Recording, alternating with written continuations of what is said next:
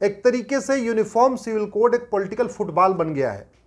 समर्थक इधर से उसको धक्का मार रहे हैं, विरोधी उधर से धक्का मार रहे हैं, लेकिन वो आज तक न उनको क्लियर है एक्चुअल में क्या है, न इधर क्लियर है। नमस्कार, मैं अंकित शर्मा और हॉक फीड न्यूज में आप सभी दर्शकों का स्वागत है। दोस्तों, यूनिफॉर्म सिविल कोड पूरे देश में बहुत जल्द लागू होने जा रहा है, लेकिन सबसे बड़ा सवाल यह है कि आखिर इस कानून से जितने भी हमारे देश के मौलाना है और मौलवी है, वो आखिर क्यों कांप रहे हैं? क्यों इस कानून को लेकर इतना खौफ इनके दिल, दिमाग और जहन में चल रहा है? इस सवाल का जवाब देने के लिए खुद the PIL man of India Ashwini Upadhyay ने बेबाकी से अपनी राय रखी, बेबाकी से इस कानून के बारे में विस्तार से समझाया है। आपको भी ये जानना जरूरी है कि इस कानून से क्या फायदा होगा और इस कानून के आखिर क्या मायने हैं। तो देखिए अश्वनी उपाध्याय जी का एक खास वीडियो। देखिए, पहली बात तो आप इसको समझिए, ये मेरे हाथ में संविधान है। संविधान और कॉन्स्टिट्यूशन अलग अलग चीज है। संविधान दो शब्दों से मिलकर बना है, संविधान। ऐसा विधान जो सब पर समान रूप से लागू हो उसको कहते हैं संविधान, जबकि कॉन्स्टिट्यूशन की हिंदी होती है विधान। संविधान के लिए अंग्रेजी में कोई शब्द ही नहीं है। कॉन्स्टिट्यूशन मिलता जुलता है लेकिन एकदम एज इट इज संविधान नहीं है। जैसे धर्म के लिए आपके पास अंग्रेजी में कोई शब्द नहीं है तो हमने रिलीजन को अडॉप्ट कर लिया, जबकि धर्म बिल्कुल अलग है, रिलीजन बिल्कुल अलग है। धर्म पिता का धर्म, पुत्र का धर्म, पत्रकार का धर्म, वकील का धर्म, डॉक्टर का धर्म, इंजीनियर का धर्म, मंत्री का धर्म, सांसद का धर्म, विधायक का धर्म, ये होता है धर्म। लेकिन रिलीजन होता है मुस्लिम का, क्रिश्चियनिटी का, पारसी का। तो रिलीजन और धर्म अलग अलग है। वैसे ही संविधान बिल्कुल अलग है, कॉन्स्टिट्यूशन बिल्कुल अलग है। चूंकि कोई शब्द नहीं था तो हमने विधान अडॉप्ट कर लिया, कॉन्स्टिट्यूशन अडॉप्ट कर लिया। अब संविधान की आर्टिकल 44 जिसकी आप बात कर रहे हैं, बहुत विस्तृत चर्चा के बाद ये संविधान में आया था। 23 नवंबर 1948, 23 नवंबर 1948 को ये हमारे संविधान का हिस्सा बना, आर्टिकल 44। और अब तो ये डायरेक्टिव प्रिंसिपल में है। इसका मतलब कि संविधान ये कहता है कि केंद्र सरकार इसको लागू करे, राज्य सरकार इसको लागू करे, लेकिन एक्चुअली ये आर्टिकल 35 था, यानी ये फंडामेंटल राइट था। समान नागरिक संहिता आर्टिकल 44 ये फंडामेंटल राइट था ओरिजिनल कॉन्स्टिट्यूशन में।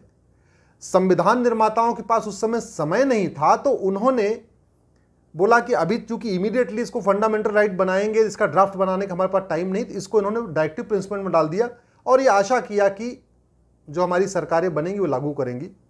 ये दुर्भाग्य की बात है कि 125 बार अब तक संविधान बदला जा चुका है, 5 बार सुप्रीम कोर्ट का फैसला पलटा जा चुका है, लेकिन आर्टिकल 44 यानी समान नागरिक संहिता, यूनिफॉर्म सिविल कोड आज तक लागू नहीं हो पाया।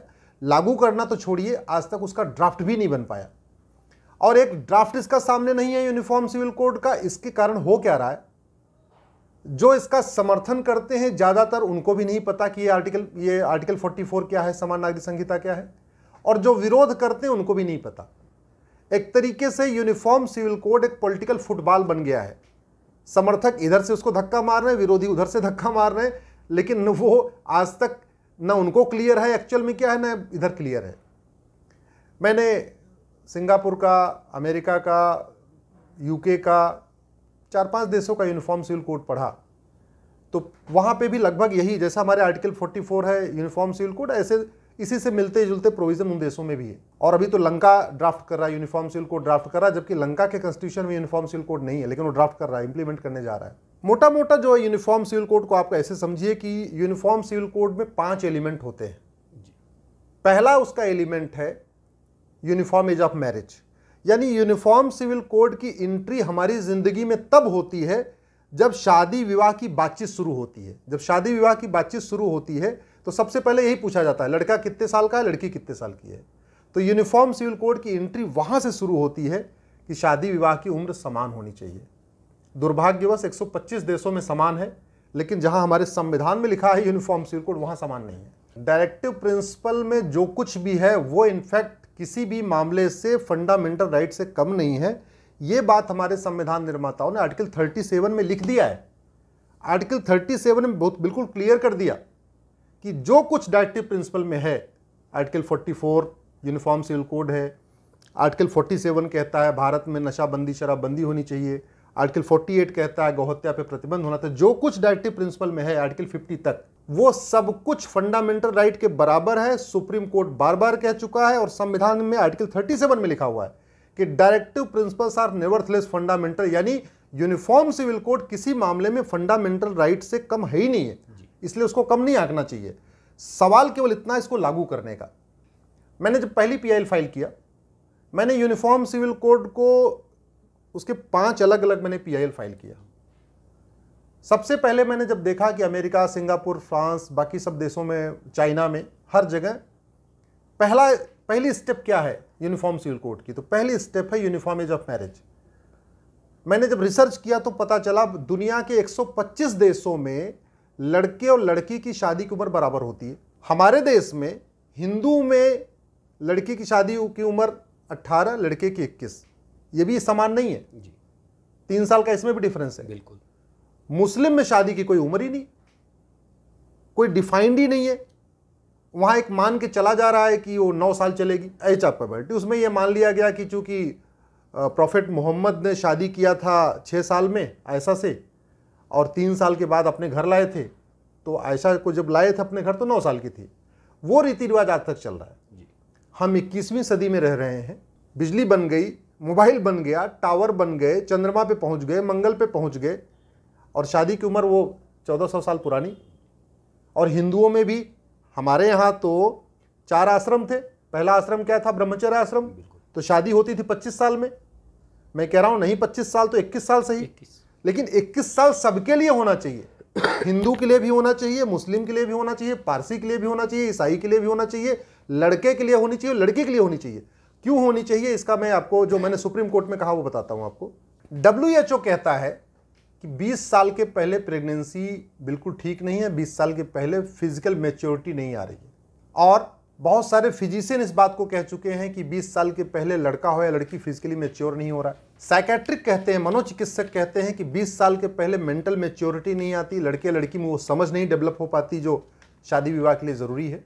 वैसे भी अगर आप प्रैक्टिकली आप देखो तो 20 साल में से पहले तो लड़का हो या लड़की ग्रेजुएशन तक नहीं कर पाते, 20 साल के पहले कोई डिप्लोमा कोर्स नहीं कर पाते, 20 साल के पहले कोई टेक्निकल कोर्स नहीं कर पाते, न 20 साल के पहले वो इंजीनियरिंग, मेडिकल, पॉलिटेक्निक कर पाते हैं। तो शादी की उम्र 20 साल से कम रखने का कोई मतलब समझ में नहीं आता। लड़का या लड़की फिजिकली मैच्योर नहीं है, लड़का लड़की मेंटली मैच्योर नहीं है, लड़का लड़की जो है फाइनेंशियली इंडिपेंडेंट नहीं है, लड़के और लड़की की पढ़ाई पूरी हुई नहीं है। फिर शादी विवाह की उम्र 18 कर देना और 21 कर देना, और वो भी केवल हिंदुओं के लिए कर देना, मुस्लिम को वो भी नहीं करना। यानी मुस्लिम बहन बेटियां, आप सरकार क्या चाहती है? मुस्लिम बहन बेटियों की पढ़ाई ना हो, वो पढ़े लिखे नहीं है, वो कॉलेज ना जाए। इसलिए मैंने PIL फाइल किया, सुप्रीम कोर्ट ने एक्सेप्ट कर लिया है। केंद्र सरकार के महिला एवं बाल विकास विभाग को और कानून मंत्रालय को नोटिस जारी हो चुका है। हमने ये कहा है कि लड़के और लड़की की शादी की उम्र बराबर हो, वो 20 साल हो या 21 साल हो। और हमें खुशी है कि सरकार ने भी उस पर एक कमेटी बना दिया जिसको जया जेटली कमेटी कहते हैं। जया जेटली कमेटी ने अपनी रिपोर्ट भी सौंप दिया है कि हाँ, लड़के लड़की की शादी की उम्र 21 साल होनी चाहिए, जिससे सब ग्रेजुएशन कर सकें, सब मेच्योर हो सके। अब आने वाले पार्लियामेंट सेशन में इस पर चर्चा होती है कि नहीं होती मुझे नहीं पता, लेकिन समय आ गया है कि इस पर कानून बना के minimum age of marriage Hindu, Muslim, Parsi, ईसाई, महिला, पुरुष, लड़का लड़की सब के लिए 21 साल किया जाए। उससे वास्तव में हम जो 21वीं सदी में जो नया भारत बनाना चाहते हैं, उसके लिए जो पहली कंडीशन है कि यूनिफॉर्म एज ऑफ मैरिज हो, और यही यूनिफॉर्म सिविल कोड की पहली कंडीशन है। एक बार शादी विवाह हो गया, अब आता है अगला क्या। अगर शादी एकदम सक्सेसफुल है, कहीं कोई डिस्प्यूट नहीं है, कहीं कोई विवाद नहीं है, बढ़िया खुशी खुशी दोनों रह रहे हैं, तो यूनिफॉर्म सिविल कोड का रोल खत्म हो जाता है जिंदगी से। लेकिन यदि किसी तरीके का विवाद होता है, शादी सफल नहीं हो पा रही है और शादी तोड़ना है, तो यूनिफॉर्म सिविल कोड कहता है कि यूनिफॉर्म ग्राउंड्स ऑफ डिवोर्स होना चाहिए। विवाह विच्छेद का तरीका, तलाक लेने का तरीका, शादी तोड़ने का तरीका भारत में सबके लिए एक होना चाहिए। और संविधान का मतलब ही है समान विधान, ऐसा विधान जो सबके लिए समान हो। दुर्भाग्यवश हिंदुओं में शादी तोड़ने का तरीका अलग है, मुस्लिम्स में आज भी मौखिक शादी टूटती है। भाई तलाके विद्दत जिसको ट्रिपल तलाक कहते हैं वो तो ख़त्म हो गया, लेकिन तलाके हसन, तलाके एहसन, बाकी तलाक तो आज भी चल रहे हैं। उसमें भी कोई आपको कारण नहीं बताना, उसमें भी कोई जिम्मेदारी नहीं देना, उसमें भी आपको कुछ नहीं करना। बस अंतर केवल इतना आया कि पहले एक बार में आप 3 तलाक दे सकते थे, अभी आपको एक महीने में 3 बार बोलना है, इतने अंतर आया। बाकी मौखिक तलाक तो आज भी चल रहा है। दोस्तों, इस खबर को और इस वीडियो को अधिक से अधिक शेयर करें और देश हित चैनल हॉकफीड को अभी सब्सक्राइब करें। फिलहाल के लिए जय हिंद, जय भारत, नमस्कार।